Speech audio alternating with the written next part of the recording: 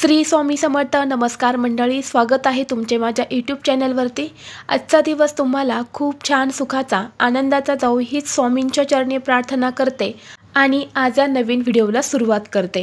10 दिवस चालणाऱ्या गणेश उत्सवाचा अनंत चतुर्दशी हा शेवटचा दिवस असतो। गणेश विसर्जन हे अनंत चतुर्दशीला म्हणजेच भाद्रपद महिन्यातील शुक्ल पक्षातील चतुर्थी तिथीला केले जाते। सुख समृद्धीसाठी भाद्रपद महिन्यातील शुक्ल पक्षातील गणेश चतुर्थी तिथीला भगवान गणेशाची पूजा विधीपूर्वक केली जाते। तर गणेश उत्सवाची सांगता अनंत चतुर्दशीला विसर्जनाने होते। आपल्या हिंदू धर्मात गणेशाला बुद्धी, वाणी आणि बुद्धीची देवता मानले जाते।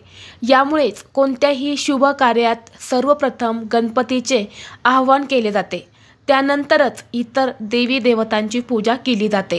श्री गणेशाची पूजा केल्याने जीवनातील सर्व अडथळे दूर होतात।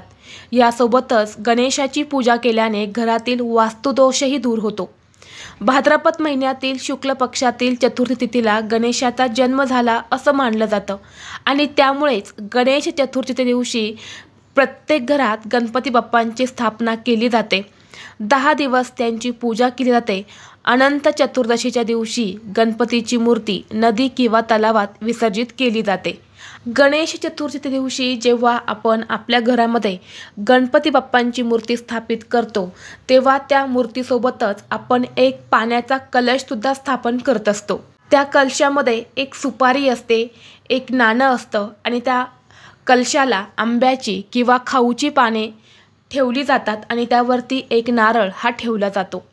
10 दिवस ज्या प्रकारे आपण गणपती बाप्पांची विधिवत पूजा करतो, तेव्हा त्या कलशाची सुद्धा पूजा आपल्याकडनं होत असते आणि त्या कलशामध्ये असणारं पाणी, सुपारी, त्याचबरोबर नाणे, नारळ हे अभिमंत्रित होत असतात। त्यामध्ये एक दैवी शक्ती आलेली असते आणि म्हणूनच आज या व्हिडिओमध्ये मी तुम्हाला गणपती विसर्जनाच्या दिवशी कलशातील पाण्याचा एक अतिशय प्रभावी असा उपाय सांगणार आहेत। हा उपाय जर तुम्ही या दिवशी केला तर तुमच्या घरामध्ये अखंड लक्ष्मी नांदेल। घरातील 7 पिढ्यांचं दारिद्र्य हे नष्ट होऊन घरातील नजरबाधा, कटकटी, भांडणे, अडचणी दूर होऊन घराची, मुलांची, पतीची अगदी भरभरून प्रगती होईल। असा हा अत्यंत प्रभावी उपाय आज या व्हिडिओमध्ये मी तुमच्यासोबत शेअर करणार आहे। त्यामुळे तुम्ही हा व्हिडिओ स्किप न करता शेवटपर्यंत पाहत राहा। चॅनलवरती नवीन असाल तर सबस्क्राईब करा आणि असेच माहितीपूर्व नवनवीन व्हिडिओ पाहण्यासाठी बेल आयकॉनला प्रेस करा, म्हणजे जेव्हा कधी मी नवीन व्हिडिओ अपलोड करेल त्याचं नोटिफिकेशन सर्वात अगोदर तुम्हाला भेटेल आणि तुम्ही एक पण व्हिडिओ मिस करणार नाही। तर पहा, मी तुम्हाला जो कलशातील पाण्याचा अतिशय प्रभावी उपाय सांगणार आहे, तर हा उपाय आपल्याला अनंत चतुर्दशीच्या दिवशी करायचा आहे।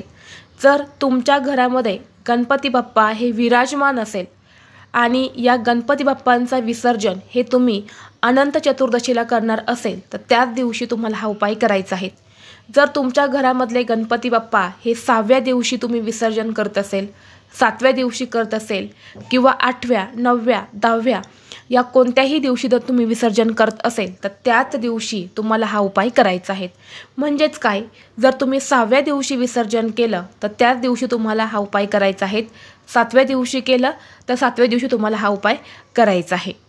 तर तुम्हाला काय करायचं आहे, जेव्हा तुम्ही गणपती बाप्पांचं विसर्जन करायला जाणार आहे त्यावेळी तुम्हाला त्या कलशावरचा नारळ हा उचलून घेऊन जायचा आहे आणि बाप्पांची मूर्ती ही तुम्हाला विसर्जित करायला घेऊन जायची आहे। बाप्पांचं विसर्जन तुम्ही करून आल्यानंतर त्या कलशामध्ये जे पाणी असणार आहे तर त्या पाण्यामध्ये तुम्हाला 2 आंब्याची पानं टाकायची आहेत। खाऊची पानं तुम्ही लावलेली असेल तर ती तुम्हाला काढून घ्यायची आहेत आणि 2 आंब्याची पानं तुम्हाला त्या कलशामध्ये त्या पाण्यात टाकून ते पाणी तुमच्या घरामध्ये संपूर्ण कोपऱ्यांमध्ये, संपूर्ण घरामध्ये तुम्हाला शिंपडायचं आहे। शिंपडत असताना ओम श्रीम विघ्नहर्ताय नमः, ओम श्रीम विघ्नहर्ताय नमः हा गणपती बाप्पांचा अतिशय प्रभावी मंत्र म्हणायचा आहे आणि हे पाणी त्या आंब्याच्या पानाने संपूर्ण रूममध्ये तुम्हाला शिंपडायचं आहे। आपल्या घरामध्ये जेवढ्या पण व्यक्ती असेल त्या व्यक्तींवरती तुम्हाला शिंपडायचं आहे।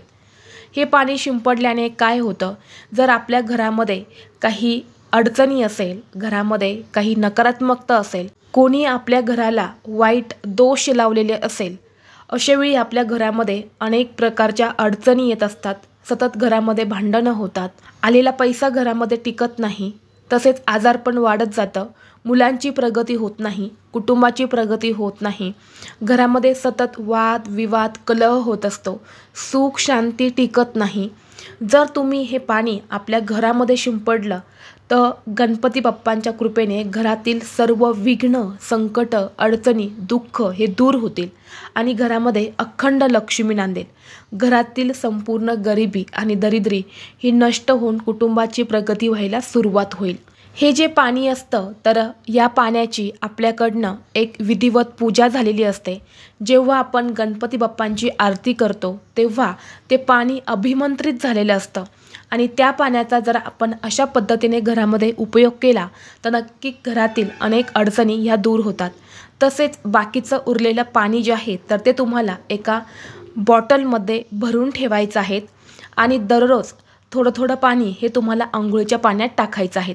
ज्या प्रकारे आपण गंगाजल अंघोळीच्या पाण्यात टाकतो त्याच पद्धतीने तुम्हाला हे पाणी अंघोळीच्या पाण्यात टाकायचं आहे. जसे की पौर्णिमा असेल, अमावस्या असेल, एकादशी असेल, चतुर्थी असेल, अशा विशेष तिथीवरती पवित्र गंगेवरती स्नान करायला खूप महत्त्व दिलं जातं. म्हणून आपण तीर्थक्षेत्री जाऊन स्नान करत असतो, जेणेकरून आपल्या लागलेले दोष असतात तर ते दूर होतात, वाईट कर्म पापांचा नाश होतो. आणि तुम्ही हे पाणी जर बॉटलमध्ये भरवून ठेवलं आणि तेच पाणी जर तुम्ही गंगाजल म्हणून अमावस्या पौर्णिमेला अंघोळीच्या पाण्यात टाकलं तर जीवनातील अनेक अडचणी ह्या दूर होतील. त्याचबरोबर घरामध्ये लहान मुलं असेल, शिक्षण घेत असेल आणि मुलं काही अभ्यास करत असेल, मुलांच्या लक्षात राहत नसेल, मुलं खूप हट्टीपणा करतात, सांगितलेलं ऐकत नाही, तर त्या मुलांच्या अंघोळीच्या पाण्यामध्ये तुम्ही 11 दिवस हे थोडं थोडं पाणी टाकून मुलांना अंघोळ घाला. याने मुलांमध्ये अनेक बदल तुम्हाला घडून येताना दिसतील. तर हा एक उपायसुद्धा तुम्ही करू शकता. तसेच या कलशामध्ये असणारं 1 रुपयाचं नाणं आणि सुपारी जी आहेत तर ती तुम्हाला काढून स्वच्छ पुसून घ्यायची आहेत, कोरडी होऊन द्यायची आहेत आणि यानंतर एक लाल रंगाचा तुम्हाला कपडा घ्यायचा आहे. त्या कपड्यामध्ये ही सुपारी आणि हे 1 रुपयाचं नाणं बांधून तुम्हाला घराच्या मुख्य दरवाजावरती बांधायचं आहे. कारण आपल्या घराचा मुख्य दरवाजा हे आपल्या घराचं सर्वस्व असतं. तिथूनच आपल्या घरात चांगली लोक, वाईट लोक, लक्ष्मी, अलक्ष्मी तिथून येत असते. आणि जर अशी सुपारी आणि हे नाणं आपण घराच्या मुख्य दरवाजावरती जर बांधलं तर आपल्या घरामध्ये कधीही कुठले दोष किंवा नकारात्मकता, अलक्ष्मी ही प्रवेश करणार नाहीत. घरामध्ये लक्ष्मी येऊन सुख शांती नांदायला सुरुवात होईल. जर मुख्य दरवाजावरती बांधणं तुम्हाला शक्य नसेल तर तुम्ही ही जी पोटली आहे तर ही पैशांच्या तिजोरीमध्ये सुद्धा ठेवू शकता किंवा तुमचा छोटा मोठा व्यवसाय असेल तर तिथे सुद्धा तुम्ही ही जी पोटली आहे तर ही ठेवू शकता. परंतु हे नाणं आणि सुपारी तुम्हाला पाण्यामध्ये विसर्जित करायची नाही. याच पद्धतीने तुम्हाला या सुपारीचा आणि नाण्याचा तसेच पाण्याचा उपाय जो आहे तर तो करायचा आहे. जर तुम्हाला हा व्हिडिओ आवडला असेल तर व्हिडिओला लाईक करा, चॅनेलवरती नवीन असाल तर सबस्क्राईब करा आणि हा व्हिडिओ आपल्या मित्रपरिवारासोबत जास्तीत जास्त शेअर करा. चला तर मग भेटू असंच पुढल्या एका नवीन व्हिडिओमध्ये. तोपर्यंत सर्वांना श्री स्वामी समर्थ.